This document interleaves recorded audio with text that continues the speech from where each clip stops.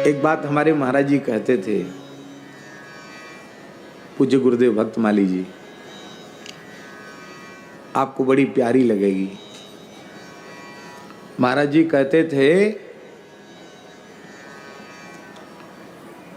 कि विवाह का सुख अनुभव करना हो तो खुद ब्याह मत करो।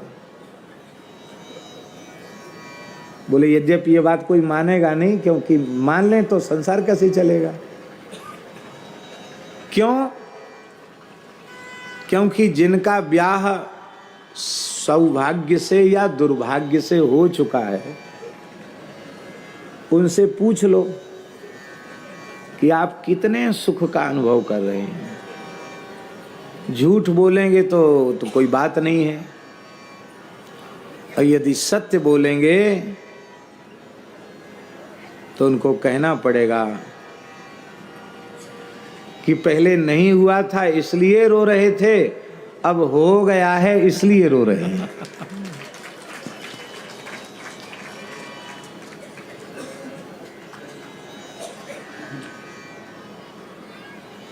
अब तो पता नहीं पढ़ी लिखी कन्याएं रोती हैं कि नहीं रोती हैं, हमें पता नहीं है। तो पहले गांव में तो हमने देखा बचपन में बहुत जोर जोर से रोती थी और बहुत दूर तक रोती थी। तो किसी वर ने नववधू से कहा कि अब कहाँ तक रोएंगी, अब हमारा गांव पास में आने वाला है, अब तो चुप हो जाओ। उसने कहा कि जी हमको रो लेने दीजिए, हमारा आखिरी रुदन है, कल से तुमको रोना पड़ेगा।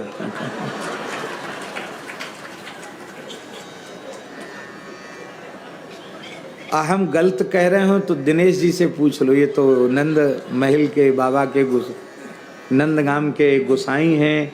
ठाकुर जी की सेवा भी इनको आती है, नंदगाम के ठाकुर जी की सेवा भी इनको आती है।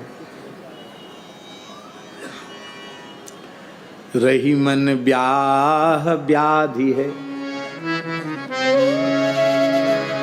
रही मन ब्याह व्याधि है, सको तो रहो बचाए, पावन बेड़ी पड़त है, ढोल बजाए बजाए। रहीम जी का दुआ है, रहीमन ब्याह व्याधि है, सको तो रहो बचाए। पर इसका अर्थ यह नहीं समझ लेना कि यदि सको तो रहो बचाए और ब्याह भी न करो और जीवन भी धर्मनिष्ठ सदाचार युक्त न रह जाए। ऐसा तो करना महा पाप है, महापातकियों का ये लक्षण है, नारकीय प्राणियों का लक्षण है। इसलिए बहुत पवित्र वैराग्यवान मर्यादित जीवन जी सको तो ही कहने सुनने में आकर और आवेश में आकर कोई निर्णय नहीं लेना चाहिए। रहीमन ब्याह व्याधि है, सको तो रहो बचाए, पावन बेड़ी पड़त है, ढोल बजाए बजाए। समर्थ स्वामी रामदास जी महाराज तो विवाह मंडप में बैठे थे। बरमंगल सावधान, एक बार सावधान हुए, दूसरी बार पुरोहित ने कहा बरमंगल सावधान, सोई बहुत और ज्यादा सावधान हो गए, और तीसरी बार पुरोहित ने सावधान कहा तो हनुमान जी के अंश जो ठहरे एक हुंकार किया और मंडप से ही उछल गए। कहाँ चले गए पता ही नहीं चला। दुल्हा जी तीसरी सावधानी में तो मंडप से ही गायब हो गए और भीमा नदी में कूद पड़े। फिर पता ही नहीं चला कि वे कहाँ गए। और उन्होंने श्री राम जय जय राम का विजय मंत्र का आश्रय लेकर साधन आरंभ किया। श्री रघुनाथ जी का प्रत्यक्ष दर्शन किया। दासबोध नामक ग्रंथ में समर्थ स्वामी रामदास जी ने लिखा है कि श्रद्धा पूर्वक प्रेम पूर्वक श्री राम जय जय राम इस विजय मंत्र का जो 13 करोड़ जप कर लेगा उसे श्री राम जी का प्रत्यक्ष दर्शन होगा। यह मैं प्रतिज्ञा पूर्वक कहता हूं। ये बात समर्थ स्वामी जी ने कही, अनेक संतों ने अनुभव किया है। मिथिला के महान संत संकीर्तन सम्राट स्वामी श्री प्रेम भिक्षु जी महाराज ने 13 करोड़ विजय मंत्र का जप करके प्रणवाकार ज्योति के मध्य द्विभुज श्री रघुनाथ जी का अभय और वरद मुद्रा में प्रत्यक्ष दर्शन किया था। प्रमाण है।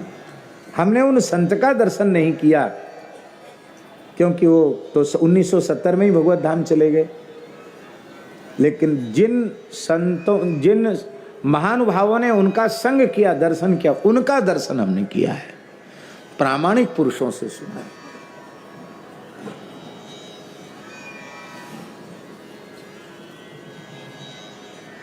तो बोले हमको तो विवाह का सुख लेना ही है। तो महाराज जी कहते थे ब्याह का सुख लेना हो तो अपनी भाषा, उनकी भाषा बोल रहे हैं, तो सब छोड़ के मामा के यहाँ बक्सर में चले जाना चाहिए और सवेरे से रात तक, रात से सवेरे तक ब्याह का ही रस बरसता रहता है। तो कहते थे कि यह जो श्री सीताराम विवाह का रस का जो अनुभव है, ये जीव को तिनकहु सदा उछाह मंगलायतन राम जस। मंगल का आयतन है, घर है। जो श्री सीताराम विवाह महोत्सव का भाव से, प्रेम से अवलोकन करेगा, वो मंगल के घर में ही प्रविष्ट हो जाएगा। मंगल भवन अमंगल हारी श्री सीताराम जी के हृदय में उसे स्थान मिल जाएगा और मंगल भवन अमंगलहारी श्री सीताराम जी का स्थान उसका हृदय बन जाएगा। वो सीताराम जी के हृदय में पहुंच जाएगा और सीताराम जी उसके हृदय में पहुंच जाएंगे। यही है मंगलायतन राम जस।